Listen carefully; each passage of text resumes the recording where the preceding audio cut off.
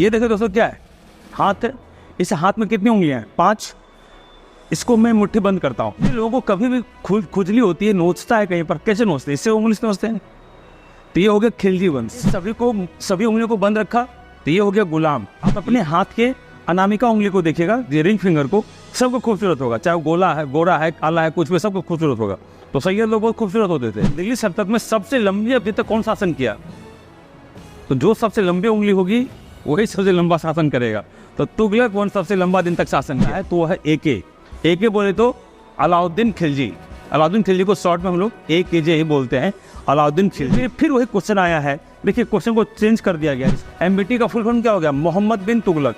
ये याद रखिएगा, संपूर्ण दिल्ली सल्तनत का पढ़ा लिखा राजा था, सर्वाधिक ज्ञानी राजा था। डेट जब मैं याद करता हूँ तो बिहार का सीना चौड़ा हो जाता है। आपको याद नहीं होगा, बिहार की मिट्टी इतनी ऊर्जावान है कि यहाँ पे लोहा गाड़ दीजिएगा तो 10 साल के बाद 47 पैदा ले। अचानक हिम्मत का परिचय देते हुए हुमायूं को एकदम बर्बाद कर दिया, बड़ी मार मारा इसको।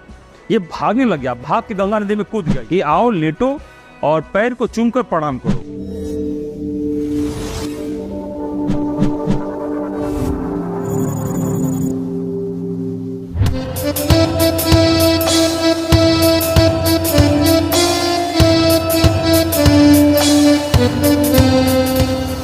नमस्कार दोस्तों, कैसे हैं? मैं रवि प्रकाश। आप सभी लोगों का डिस्कवरी एकेडमी के यूट्यूब परिवार में हार्दिक स्वागत है। वंदन और क्रांतिकारी इस्तिकबाल है। जैसा कि आप सभी लोग जानते हैं कि यह वीडियो जो है बिहार शिक्षक 7वां चरण की बहाली के लिए बहुत ज़्यादा उपयुक्त है। उन्हीं के लिए इतिहास के संभावित प्रश्नों की सूची तैयार की गई है, हम और हमारे टीम के द्वारा, डिस्कवरी एकेडमी की टीम के द्वारा तैयार की गई है, जो कि वो सेशन आप लोगों के लिए लाया जा रहा है। इस सेशन में आपको मैं यह भी बताते चलूँ, स्पष्ट कर दूँ ताकि आपको आगे दिक्कत ना हो समझने में। प्राचीन भारत का इतिहास, मध्यकालीन भारत का इतिहास और आधुनिक काल के भारत का इतिहास का जो थंबनेल पे लिखा होगा वो इतिहास संभावित प्रश्न ही लिखा होगा, जो लगभग 300 से 350 400 प्रश्न होंगे। तो यहाँ से मैं उम्मीद करता हूँ कि आपके 30 प्रश्न जो हैं बिहार शिक्षक प्रारंभिक परीक्षा बहाली BPSC जो आयोजित करेगी 24 अगस्त, जो अभी टेंटेटिव डेट है, वहाँ पर यह आपको बहुत काम देगा। इसलिए दोस्तों आप लोगों से गुजारिश है कि इस वीडियो को बहुत ज़्यादा देखें और यहाँ से लाभ लें। साथ ही साथ अगर आपको इसका PDF चाहिए तो यह PDF टेलीग्राम लिंक पर आपको मिल जाएगा। आप टेलीग्राम चैनल से जुड़े और वहाँ पे जुड़ने के साथ ही आपको टेलीग्राम लिंक पर क्लिक करेंगे। जुड़ने के बाद, ज्वाइन होने के बाद आप वहाँ से किसी भी विषय का, ये करंट का, हिस्ट्री का, पॉलिटी का, ज्योग्राफी का, इकोनॉमिक्स का, बहुत सारा उसमें सेक्शन डाला गया है, जो आसानी से आप फ्री ऑफ कॉस्ट निःशुल्क जो है अपलोड कर सकते हैं, ले सकते हैं। तो इसी कड़ी में आज हम लोग जो है नेक्स्ट वीडियो में आ रहे हैं, मध्यकालीन भारत का इतिहास का है। इससे पहले जो था एक पार्ट मध्यकालीन भारत के इतिहास में 2 वीडियो बन रहे हैं, और जहां से कि मुझे उम्मीद है कि आपके 5 से 7 सवाल जो है आसानी से आने की संभावना है। तो इसी कड़ी में आज हम लोग सवाल शुरू करते हैं।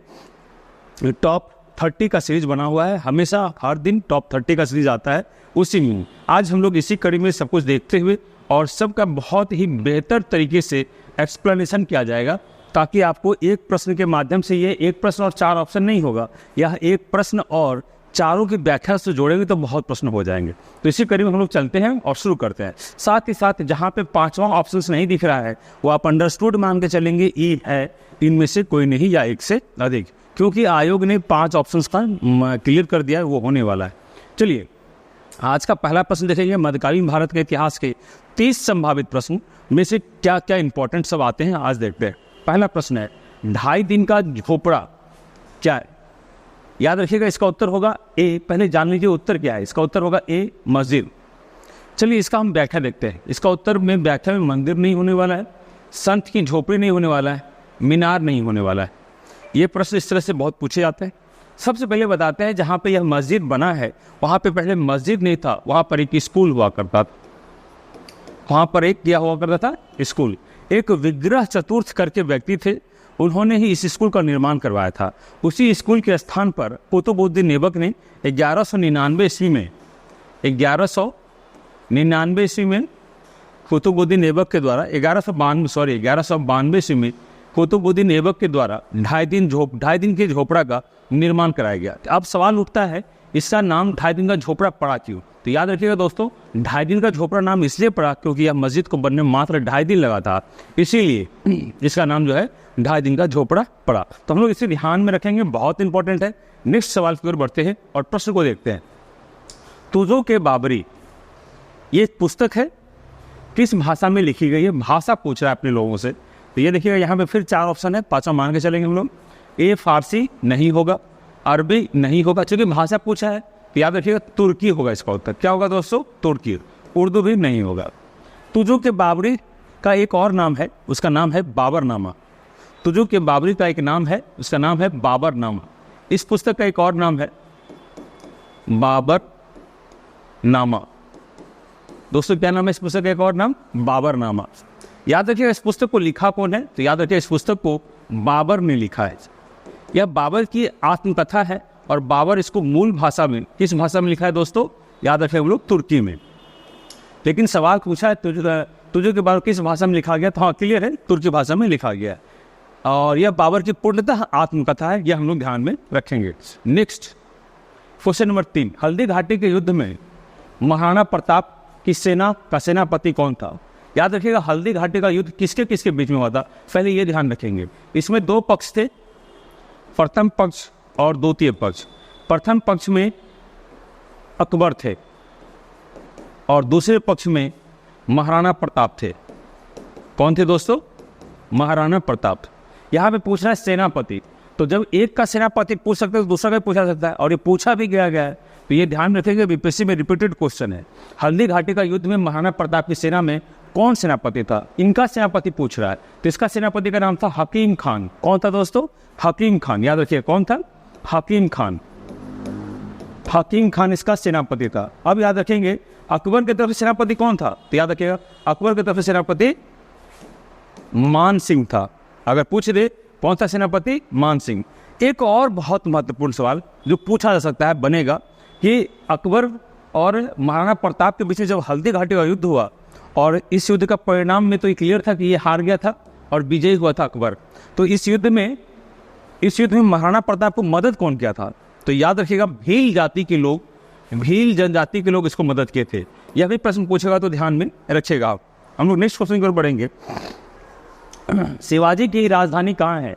याद रखिएगा शिवाजी की राजधानी है रायगढ़।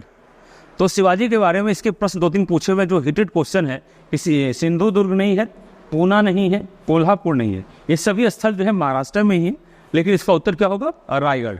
अब शिवाजी के पिताजी का नाम पूछा गया है तो याद रखिए इसके पिताजी का नाम है शाहजी भोसले, और इनकी माता का नाम पूछता है तो याद रखिएगा जीजाबाई। तो इस तरह के प्रश्न जो हैं छोटे से लेकिन कभी कभी पूछ लिए जाते हैं, तो ये भी हम लोग ध्यान में रखेंगे। शाहजी भोसले और जीजाबाई, ये ध्यान में रखेंगे। छापेमार युद्ध में बहुत गजब के ये महारत हासिल किए हुए थे। क्वेश्चन नंबर 5 की ओर देखेंगे।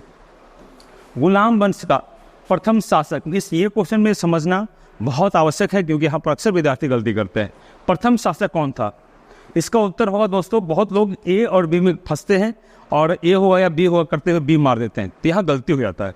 रजिया तो होना नहीं है, बलबन होना नहीं है सभी गुलाम वंश के ही राजा, लेकिन ये होगा नहीं, ये होगा नहीं, लोग इस दोनों में फंसते हैं। लेकिन याद रखिए ये भी नहीं होगा। क्यों नहीं होगा मैं बताता हूँ। प्रथम शासक पूछा है तो याद रखिए कुतुबुद्दीन ऐबक। ये पहले तो ये बता दो गुलाम वंश का कालखंड कब से कब है। गुलाम वंश का कालखंड दोस्तों 1206 से 1290 ईस्वी। दिल्ली की राजगद्दी पर, दिल्ली की सल्तनत पर गुलाम वंश 1206 से 1290 ईस्वी तक रहा। कौन वंश था यहाँ पर? गुलाम वंश। ये ध्यान में रखेंगे हम लोग, गुलाम वंश। अभी मैं ये भी बताऊंगा दिल्ली की राजगद्दी पर कितने वंश ने शासन किया, और आज के बाद इस ट्रिक को आप नहीं भूलेंगे, ये क्लियर याद रखिएगा। देखिएगा पहले ये देख लीजिए, गुलाम वंश का शासन रहा है 1206 से 1290। अब प्रथम शासक पूछा है तो कुतुबुद्दीन ऐबक। कुतुबुद्दीन ऐबक दास था दोस्तों, क्या था? गुलाम था एक, और यह गोरी का गुलाम था। गोरी इसको मलिक और सिपह सलार बनाया था, इसीलिए दोस्तों ये कभी भी राजपद हासिल ही नहीं किया। ये बोला कि हम मलिक और सिपह सलार बन के ही रहेंगे। कुतुबुद्दीन ऐबक जो है बहुत अच्छा कुरान को पढ़ता था, इसीलिए इसे कुरान ख्वां भी कहा गया है। ये लाखों का दान देता था, इसीलिए लाख बख्श भी कहा गया है। ये जो है कुतुब मीनार का निर्माण करवाया था, ये करवाया था पूरा किसने किया? इल्तुतमिश ने। ये याद रखिएगा। कुतुबुद्दीन ऐबक 2.5 दिन का झोपड़ा बनाया था। ये सवाल पूछे जाते हैं। अब जो है कुतुबुद्दीन ऐबक प्रथम शासक ये हुआ, लेकिन पूछ देगा कि दिल्ली सल्तनत का वास्तविक संस्थापक कौन था? तो याद रखिएगा इल्तुतमिश। अब यहाँ पर हो जाएगा, यहाँ पर गुलाम वंश का प्रथम शासक ऐबक और दिल्ली सल्तनत का वास्तविक सुल्तान पूछ दे तो याद रखिएगा इल्तुतमिश। दोनों प्रश्न में थोड़ा सा अंतर है, गलती नहीं कीजिएगा। तो गुलाम वंश शासन दिल्ली में कब तक किया? 12 6 से 1290। अब हम आपको ट्रिक दिखाते हैं कि दिल्ली की राजगद्दी पर कितने राजवंश आए। दोस्तों ये देखिए दिल्ली, और दिल्ली की राजगद्दी पर कितने वंश आए, 2 सेकंड में आपको सिखा देते हैं। 2 3 5। ये देखिए दोस्तों क्या है, हाथ है, इस हाथ में कितनी उंगलियां हैं, 5। इसको मैं मुट्ठी बंद करता हूँ, मुट्ठी बंद किया, देखिएगा मुट्ठी बंद होने के क्रम में सबसे पहले 4 उंगलियां बंद होती हैं, फिर ये इसको गुलाम बनाता है। तो अंगूठा गुलाम बनाया ना दोस्तों, तो अंगूठा हो गया गुलाम वंश। आज के बाद नहीं भूलेंगे, ये मेरा अपना रिसर्च किया हुआ है इस पर। ये हो गया गुलाम वंश। अपने लोगों को कभी भी खुजली होती है, नोचता है कहीं पर, कैसे नोचते हैं, इससे उंगली से नोचते हैं। तो ये हो गया खिलजी वंश, ठीक है, इसको क्या हो गया, खिलजी। ये सभी उंगलियों को बंद रखा, तो ये हो गया गुलाम, ये हो गया खिलजी। इससे हम लोग कहीं भी नीचिंग किए, खिलजी हो गया। अब ये देखिए सबसे लंबी उंगली है, सभी 5 उंगलियों में सबसे लंबी ये उंगली है, तो ये हो गया तुगलक। और तुगलक के बाद जो सबसे था उसका नाम था सैयद। सैयद लोग खूबसूरत होते थे। आप अपने हाथ के अनामिका उंगली को देखिएगा, रिंग फिंगर को, सबको खूबसूरत होगा, चाहे वो गोला है, गोरा है, काला है, कुछ भी, सबको खूबसूरत होगा। तो सैयद लोग बहुत खूबसूरत होते थे। देखिए उंगली इसको खूबसूरत है, तो वो हो गया सैयद। और लोधी, बहुत 3 कम शासक हुए, सबसे कम छोटा था शासक, 3 ही शासक उसमें हुए। याद रखिए क्या हो जाएगा, इब्राहिम लोधी, ये सॉरी बहलुल लोधी, तो लोधी हो गया इस उंगली में। अब याद रखिएगा वो अंगूठा गुलाम वंश, दिल्ली के पर शासन करने वाला पहला वंश गुलाम वंश, पहला वंश। अंगूठा में क्या याद रखिएगा, गुलाम वंश। उसके बाद दोस्तों अंगूठा के बाद वाली उंगली, इसमें याद रखिएगा खिलजी वंश, इससे नोचते हैं हम लोग। इसके बाद तुगलक वंश, यहाँ तुगलक हो गया, ये खिलजी हो गया, ये तुगलक हो गया, ये तुगलक हो गया, यहाँ पर उसके सैयद हो गया, और ये लोधी हो गया। दोस्तों अब पूरे हाथ में देखिए सबसे उंगली लंबी कौन सी है, कौन सी उंगली सबसे लंबी है दोस्तों, बीच वाली है। प्रश्न पूछेगा दिल्ली सल्तनत में सबसे लंबी अवधि तक कौन शासन किया, तो जो सबसे लंबी उंगली होगी वही सबसे लंबा शासन करेगा। तो तुगलक वंश सबसे लंबा दिन तक शासन किया। कौन सा सबसे शासन किया, तुगलक वंश, ये ध्यान में रखिएगा। तो गुलाम वंश का प्रथम शासक कौन था, कुतुबुद्दीन ऐबक। ट्रिक भी दे दिया मैं आप लोगों को, ये ध्यान में रखिएगा। अब देखिए दोस्तों क्वेश्चन नंबर 6, अलाउद्दीन खिलजी के आक्रमण के समय देवगिरी का शासक कौन था। याद रखिएगा अलाउद्दीन खिलजी जो है देवगिरी पर आक्रमण किया था, और ये आक्रमण किया था 1296 ईस्वी में। बहुत इंपॉर्टेंट क्वेश्चन है। और राजा वहाँ का कौन था, रामचंद्र देव। कौन क्या था, राजा कौन था, रामचंद्र देव। प्रश्न पूछेगा कभी भी याद रखिएगा, रामचंद्र देव। और रामचंद्र देव पर जब आक्रमण किया था, तो उस समय इस आक्रमण में अलाउद्दीन खिलजी का सेनापति कौन था, किसके नेतृत्व में आक्रमण हुआ था, याद रखिएगा मलिक काफूर। कौन था दोस्तों, मलिक काफूर था। ये एक हिजरा था, और ये पहले हिंदू था, बाद में इसका धर्म परिवर्तन कराया गया, और ये मलिक काफूर बना था। ये भी हम लोग ध्यान में रखेंगे। यहाँ पर देखिए राम प्रताप रुद्रदेव नहीं होगा, ये नहीं होगा, ये नहीं होगा, इससे क्या होगा, ये। नेक्स्ट देखेंगे हम लोग दोस्तों क्वेश्चन नंबर 7, निम्नलिखित में से किस मुस्लिम शासक ने तीर्थ यात्रा कर को समाप्त कर दिया था। बहलुल लोधी नहीं होगा, शेर शाह नहीं होगा, हुमायूं नहीं होगा। इसका उत्तर दोस्तों क्या होगा, अकबर। अकबर बहुत धार्मिक रूप से सहिष्णु व्यक्ति था, यह बहुत काम किया था। याद रखिएगा 1562 ईस्वी में इसने दास प्रथा को खत्म कर दिया। 1563 ईस्वी में इसने तीर्थ यात्रा को समाप्त कर दिया। ये 1563 पूछेगा अकबर ने तीर्थ यात्रा कब समाप्त किया था, तो याद रखिएगा 1563 ईस्वी में। किस नीति के तहत, याद रखिएगा राजपूत नीति के तहत, राजपूताना नीति के तहत जो है ये खत्म किया था। ये भी हम लोग ध्यान में रखेंगे। इसके बहुत सारे काम हैं। फिर 1582 में जो है दीन इलाही की स्थापना है, इलाही संवत की स्थापना 1583 है, याद रखिएगा इसको। अब फिर जो है मजहर की स्थापना 79 में करता है, मजहर 73 में करता है। फिर इबादत खाना की स्थापना 1579 में करता है। 1575 में जो है इबादत खाना में सभी धर्मों के प्रवेश के लिए काम कर देता है। तो बहुत इंपॉर्टेंट सब काम किया है ये हम लोग ध्यान में रखेंगे। क्वेश्चन नंबर 8, फिरोज शाह तुगलक के द्वारा, ये तुगलक कौन सा राजा था, दार उल सफा क्या था, याद रखिएगा अस्पताल था, ये खैराती अस्पताल था। खैराती यानी यहाँ मुफ्त में इलाज होता था, किसका, गरीबों का, मुफलिसों का, ये सब उसमें इलाज होता था। ये ध्यान में रखिएगा हम लोग, तुगलक के वंश का। और इसका बहुत सारा काम था। इसने दीवाने बंदगान स्टार्ट किया था, इसने अस्पताल को स्टार्ट किया था, इसने लोक निर्माण विभाग का स्थापना, इसने PWD का विभाग का स्थापना किया था। बहुत सारे नहरों का निर्माण करवाया था। इसने फलों के बाग का निर्माण करवाया था। बहुत इंपॉर्टेंट सब काम किए थे, ये याद रखिएगा। ये जजिया कर भी लगाया था ब्राह्मणों पर, ये भी ध्यान में रखिएगा। नेक्स्ट क्वेश्चन देखेंगे, क्वेश्चन नंबर 9, अस्थाई बंदोबस्त। बहुत इंपॉर्टेंट क्वेश्चन है ये, याद रखिएगा। ये अंग्रेज शासित भारत में, जिस समय अपने भारत में हम लोग गुलाम थे किसके? अंग्रेज के। तो अंग्रेज शासित भारत में कुल भूमि का 19% हिस्से पर सिर्फ यही व्यवस्था चल रही थी। 19%, एक बड़ा हिस्सा था, याद रखिएगा। वे पूछ दे सबसे अधिक कौन सा हिस्से में फैला हुआ था, क्या था? तो अस्थायी बंदोबस्त। इसको इंग्लिश में बोलते हैं परमानेंट सेटलमेंट। याद रखिए, इसका किसके साथ में था? तो जमींदारों के साथ में था।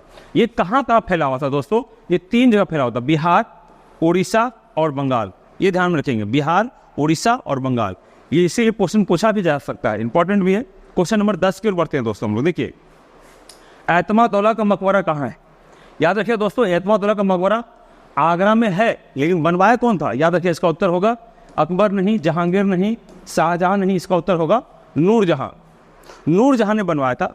इसका मकबरा कौन बनवाया था? नूरजहां। याद रखिए, कहाँ पर है ये मकबरा? याद दोस्तों, याद रखिए, ये आगरा में। पूछा किस नदी किनारे है? तो याद रखिएगा यमुना नदी के किनारे है। पूछेगा नूरजहां किसके याद में मकबरा बनाया था? तो अपने पिता गयासुद्दीन के याद में बनाया था। अपने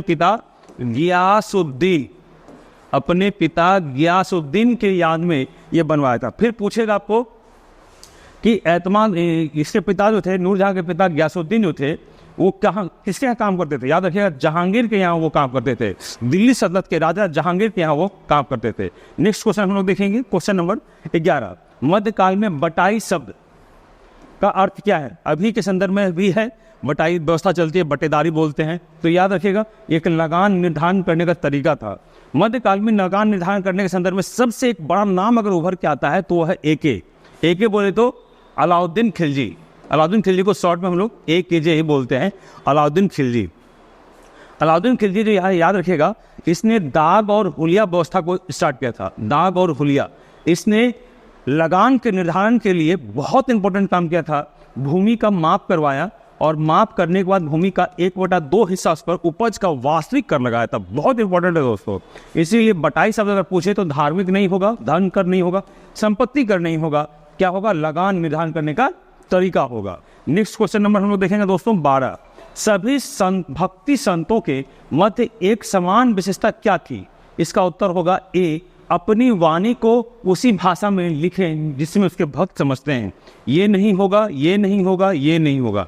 ये क्यों होगा? हम आपको थोड़ा यहाँ से लेकर चलेंगे पीछे कब लेके चलेंगे? इसको समझाने के लिए, विशेषता समझाने के लिए आपको हम लेके चलेंगे थोड़ा सा प्राचीन भारत के इतिहास में, और वो कालखंड होगा 600 BC का।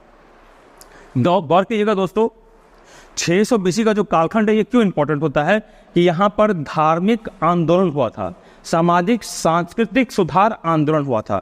वैदिक काल के उत्तर वैदिक काल में जब समाज में जाति व्यवस्था प्रबल रूप से बढ़ रही थी, तो उसी के परोक्ष में आमूलचूल परिवर्तन के लिए इस काल में आकर सामाजिक धार्मिक सुधार आंदोलन हुआ, जिसमें जैन धर्म का उदय हुआ, बौद्ध धर्म का उदय हुआ, शैव और भागवत भी आए। तो जिस समय जैन और बौद्ध आए, तो आप लोग गौर कीजिएगा, 2 धर्म के बारे में मैं ज़्यादा बताऊंगा, एक है जैन और दूसरा है बौद्ध। तो जब वैदिक धर्म में शूद्र लोगों को या समाज के निचले वर्ग के लोगों को तंग तबाह किया जाने लगा, तो वो दूसरे धर्म की ओर रुख किया। इसीलिए यह धर्म बना सामाजिक सुधार आंदोलन के बाद। इसे महाजनपद का भी बोलते हैं। इसके 6-7 नाम हैं। तो देखिएगा, जैन धर्म के जब तीर्थंकर सब हुए, धर्म गुरु सब हुए, तो वो अपने प्रवचन जो है पहले कठिन भाषा में देते थे। वो भाषा, उनकी शैली आम जन की भाषा नहीं थी। आम जन क्या बोलते थे? प्राकृत भाषा बोलते थे। लेकिन वो अपना भाषण किसमें देते थे? धर्म का प्रचार किसमें करते थे? तो अपने धर्म का प्रचार दूसरी भाषा में करते थे। अपभ्रंश, जो भी बड़ी भाषा होती थी उसमें करते थे। तो इसीलिए जैन धर्म का फैलाव नहीं हो सका।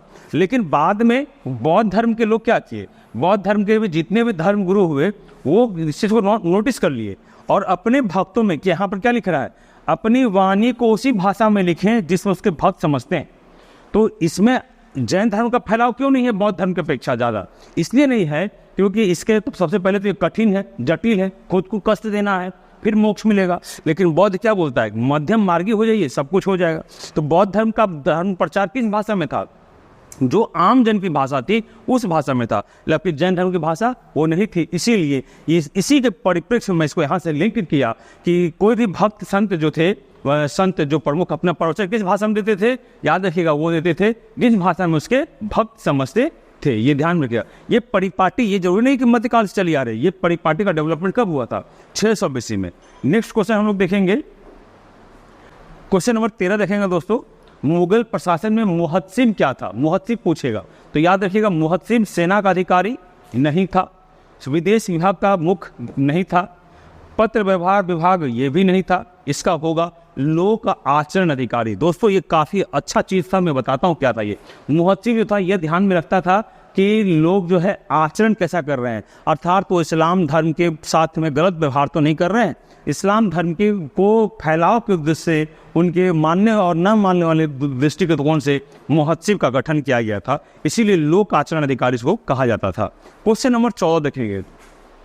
अलाउद्दीन खिलजी के आक्रमण के समय देवगिरी का शासक कौन था? देवगिरी, फिर वही क्वेश्चन आया है। देखिए क्वेश्चन को चेंज कर दिया गया, इसका उत्तर होगा ए रामचंद्र देव। अब इसमें व्याख्या नहीं दूंगा, सेम क्वेश्चन है, वहाँ पर हम लोग देख लेंगे। मैं सब कुछ बता चुका हूँ कि व्याख्या वहाँ पर सेनापति कौन था, अलाउद्दीन खिलजी का मलिक काफूर था, ये सब मैं बता चुका हूँ, है ना। आक्रमण का डेट वेट सब बता दिया हूँ। फिर पूछेगा गुलाम वंश का प्रथम शासक कौन था? तो याद रखिए, पहले गुलाम वंश का प्रथम शासक अगर पूछ दे तो इसका हो जाएगा कुतुबुद्दीन ऐबक। क्या हो जाएगा? कुतुबुद्दीन ऐबक। अब अगर पूछ दे दिल्ली सल्तनत का प्रथम सुल्तान कौन था, तब हो जाएगा इल्तुतमिश। क्योंकि भैया ऐबक खुद को अपने दास ही समझा, ये मलिक और सिपह सलार के पद पर ही रहा, इसीलिए ध्यान में रखिएगा इस चीज़ को। और ऐबक जो है बहुत अच्छा था, इसके अंदर में कुरान को अच्छा गाने की शैली थी, इसीलिए कुरान ख्वां भी कहा गया। तो कुतुबुद्दीन ऐबक लाखों का दान देता था, इसमें बोल चुका हूँ, नोटिस कर लीजिएगा आप लोग।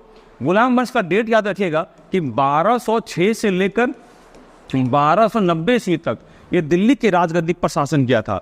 ये इंपॉर्टेंट है, ये भी हम लोग ध्यान में रखेंगे। बाकी ये सभी शासक गुलाम वंश के ही हैं, इल्तुतमिश है, रजिया है, बलबन है ये, लेकिन इसका उत्तर होगा कुतुबुद्दीन ऐबक। 16 नंबर क्वेश्चन देखिएगा।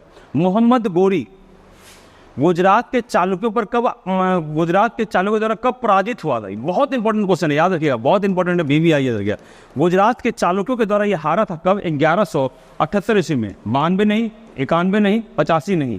याद रखिएगा, मोहम्मद गोरी 1178 ईस्वी में गुजरात के चालुक्यों के द्वारा हार गया था। बहुत इंपॉर्टेंट क्वेश्चन है, ये हम लोग ध्यान में रखेंगे। इसका उत्तर होगा डी 1178। क्वेश्चन नंबर 17 देखेंगे। अलाउद्दीन खिलजी के द्वारा द्वार समुद्र का विजय के लिए किसे नियुक्त किया गया था? ये भी दक्षिण का हिस्सा है और दक्षिण का ये अंतिम अभियान के तौर पर भी जाना जाता है। इसका भी उत्तर होगा दक्षिण का। अगर प्रश्न आए और सेनापति पूछे तो आंख मूंद के कॉन्सेप्ट कहता है मलिक काफूर को मार दीजिएगा। और अगर पूछे उत्तर भारत में जो अभियान हुआ उसमें अलाउद्दीन खिलजी का सेनापति कौन था, तो जफर खां, ये भी याद रखिएगा। उत्तर भारत में पूछेगा जफर था, दक्षिण में पूछेगा मलिक काफूर। उत्तर में जफर, दक्षिण में मलिक काफूर, ये ध्यान रखिएगा, बहुत इंपॉर्टेंट है। नेक्स्ट क्वेश्चन देखेंगे हम लोग। मोरक्को के यात्री इब्न बतूता का वृत्तांत किस पुस्तक में आता है?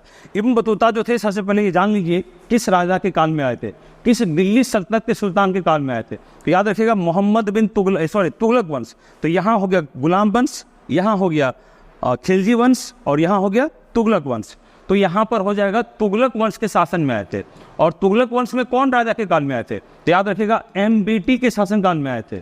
MBT का फुल फॉर्म क्या हो गया? मोहम्मद बिन तुगलक।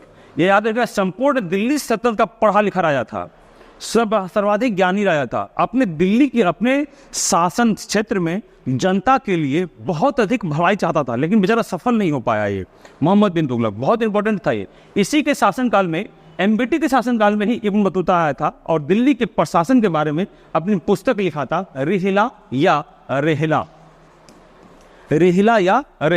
माँ की सुबह उलस नहीं है, तारीफ रसीदी नहीं है, सुल्तानी नहीं है, ये भी नहीं, ये ध्यान में हम लोग रखेंगे। क्वेश्चन नंबर 19 देखते हैं दोस्तों। फतेहपुर सीकरी स्थित बुलंद दरवाजा का जामे मस्जिद कौन सा प्रवेश द्वार बनाया था? याद रखिएगा, पश्चिम नहीं होगा, पूर्वी नहीं होगा, इसका उत्तर होगा दक्षिण। उत्तरी नहीं होगा, ये भी नहीं होगा। दोस्तों याद रखिएगा, ये अभियान, ये जो फतेहपुर सीकरी स्थित बुलंद दरवाजा बना था, ये कौन बना, कब बना था, किस अभियान के बाद? ये पूछ सकता है आप लोगों को। तो याद रखिएगा गुजरात विजय के बाद। कौन विजय के बाद? गुजरात विजय के बाद। याद रखिए गुजरात विजय कौन किया था और ये बनवाया कौन था? तो याद रखिए अकबर। अकबर क्या था? और ये 1571 ईस्वी में गुजरात का विजय हुआ था। और गुजरात विजय के उपलक्ष्य में फतेहपुर स्थित के प्रांगण में उन्होंने एक प्रवेश द्वार बनाया था जिसका नाम था बुलंद दरवाजा।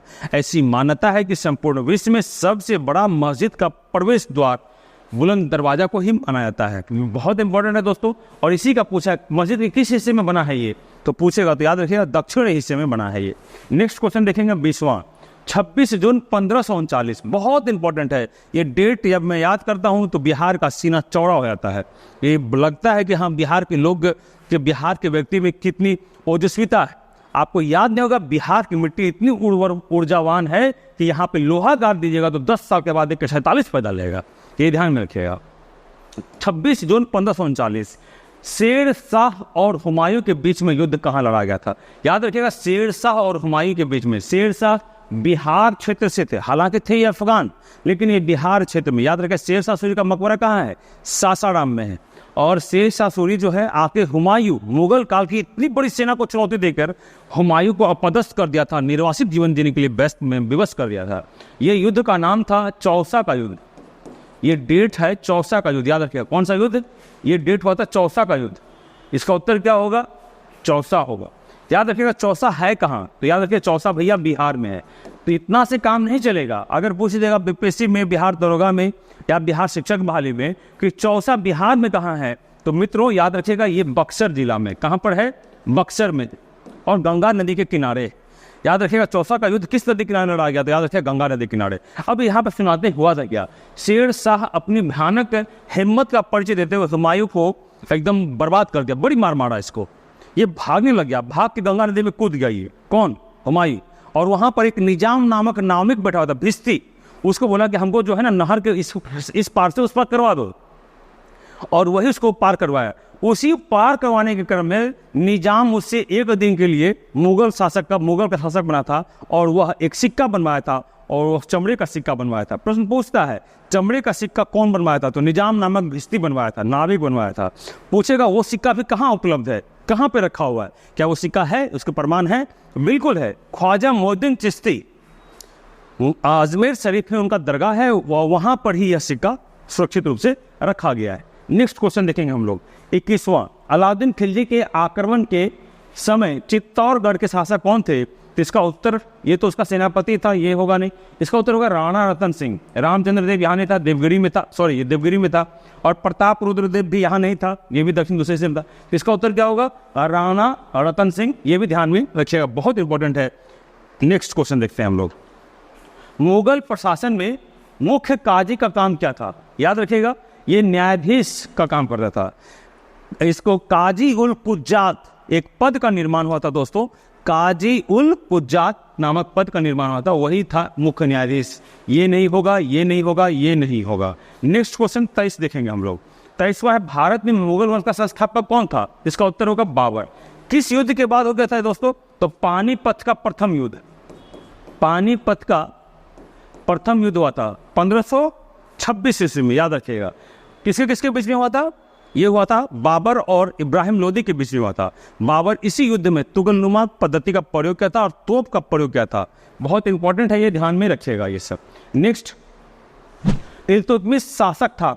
अब देखिए वही क्वेश्चन आया ना, यहाँ वंश पूछा है। याद रखिए गुलाम वंश का था, और गुलाम वंश का संस्थापक पूछ दे तो अब व्याख्या देख लेते हैं सर। गुलाम वंश का संस्थापक पूछ दे तो याद रखिए कुतुबुद्दीन ऐबक, ठीक है।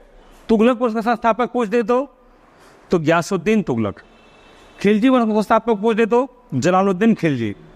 और तुर्की शाही वंशी जितने थे सभी तुर्क ही थे, ये भी ध्यान में रखेंगे। नेक्स्ट 25वां क्वेश्चन, आगरा के निकट फतेहपुर सिकरी का नगर निर्मित कौन कराया था? तो याद रखिए अकबर के शासन में हुआ था। कब हुआ था? मैं बता चुका हूँ कहानी। 1571 में गुजरात विजय के बाद फतेहपुर सिकरी के पास में मस्जिद के पास एक बुलंद दरवाजा प्रवेश द्वार बनाया था, जो बहुत इंपॉर्टेंट है। मैं यह भी बताया पूरे विश्व में सबसे बड़ा प्रवेश द्वार के नाम से भी जाना जाता है। 26वां नंबर क्वेश्चन देखेंगे, कोस मीनार क्या है? एक स्मारक, गलत। एक दूरी निर्धारक, बिल्कुल सही। एक विश्राम गृह, गलत। मस्जिद के निकट स्थित, गलत। क्या होगा? दूरी निर्धारक। ये कौन क्या था? याद रखिएगा शेर शाह। ये अपने बिहार से ही थे। शेर साहब बहुत काम किए थे, याद रखिएगा दोस्तों। टका का विकास इन्होंने ही किया, ग्रैंड ट्रंक रोड का विकास इन्होंने ही किया था। ये सब बहुत इंपॉर्टेंट है। टका रुपया जिसको हम लोग बोलते हैं। तो शेर शाह बिहार से ही थे, याद रखिएगा। इसका मकबरा कहाँ है? सासाराम। शेर शाह सूरी का मकबरा कहाँ है? सासाराम में। याद रखिए कोस्ट मीनार का निर्माण उद्देश्य क्या था? तो आप लोग जब ये किस से रास्ते में, याद रखिएगा, दिल्ली से अंबाला के रास्ते में, दिल्ली अंबाला हाईवे, आज के डेट में भी जाएंगे आप तो ये आपको प्रमाण मिलेगा। ये रोड है, इसी में मुख्य दूरी पर मिलेगा मील का पत्थर कि हाँ अब यहाँ पर आ गए, अब इतना दूर आ गए, अब इतना दूर आ गए।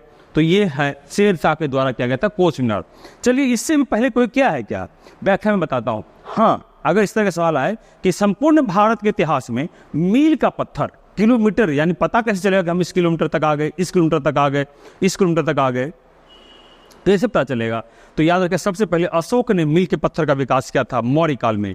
मौर्य काल में अशोक के द्वारा यह किया गया था, बहुत इंपॉर्टेंट है। और आधुनिक भारत के इतिहास में कौन गया था? शेर शाह सूरी के थे, ये ध्यान में रखेंगे। क्वेश्चन नंबर 27, महमूद गजनी अपना अंतिम सैन्य अभियान भारत पर कब किया था? 1021 नहीं, 22 नहीं, 25 नहीं, 1027, बिल्कुल याद रखिएगा। किसके विरुद्ध हुआ था? व्याख्या देखिए इसका होगा उत्तर जाटों के विरुद्ध। ये व्यक्ति के बारे में थोड़ा सा बताते हैं। गजनी भारत पर 17 बार आक्रमण किया था। कितना बार? 17 बार। पहला आक्रमण कब स्टार्ट किया था? ये 1000 में, और अंतिम कब किया था? 1027 में। ये हम लोग ध्यान रखेंगे, काफी महत्वपूर्ण है दोस्तों। क्वेश्चन नंबर 28 को देखिएगा। 28 कहता है चालीसा ग्रुप, इसका एक और नाम है तुर्क चालीसा या चहलगानी दल या चहलगानी व्यवस्था। मैं 4 नाम बोल दिया। चालीसा ग्रुप, तुर्क चहलगानी या चालीसा दल या चालीसा तुर्कान चहलगानी, ये सभी नाम इसी का है कि शक्तियों को किसने तोड़ा था। तो पहले मैं बता दो इसका उत्तर होगा बलवन। ये नहीं, ये नहीं, ये नहीं। याद रखिएगा चालीसा ग्रुप में, तुर्क चालीसा में दिल्ली सल्तनत के अमीर तुर्क हुआ करते थे और बलवन को उससे बनती नहीं थी। तो बलवन उसको अपने जूता के नोक पर रखने के लिए वहां पर अपने दरबार में सिजदा पैबोस नामक प्रथा को शुरू किया था कि आओ लेटो और पैर को चूमकर प्रणाम करो। और उसके शक्ति को काउंटर करने के लिए अपने दरबार में उन्होंने फांसी त्योहार नौरोज को शुरू किया था। इसीलिए ध्यान रखिएगा चालीसा ग्रुप को खत्म, उसके शक्ति को कौन तोड़ा था? बलवन ने तोड़ा था। नेक्स्ट, ये खुद एक कट्टर आया था बलवन, रक्त एवं नीति का अपनाया था। ये सब ध्यान में रखिएगा। किसने अपनी प्रजा की गंभीरता से भेदभाव अन्याय को समाप्त करने का प्रयास किया? बेचारा बहुत किया था लेकिन सफल हो नहीं पाया। ये मोहम्मद बिन तुगलक था। MBT, ये नहीं है, ये नहीं है, ये नहीं है। कौन था दोस्तों? MBT था। याद रखिएगा, हाल 5 परिवर्तन किया। इसने कृषि विभाग के लिए दीवान अमीर कोही विभाग की स्थापना किया और 5 परिवर्तन किया जिसमें कि पूरी तरह सफल रहा। ये सब ध्यान में रखेंगे। लास्ट क्वेश्चन है दोस्तों आज का 30वां नंबर प्रश्न। 1529 में किसने दक्षिण बिहार पर आक्रमण किया लेकिन शेर खान द्वारा परास्त किया गया?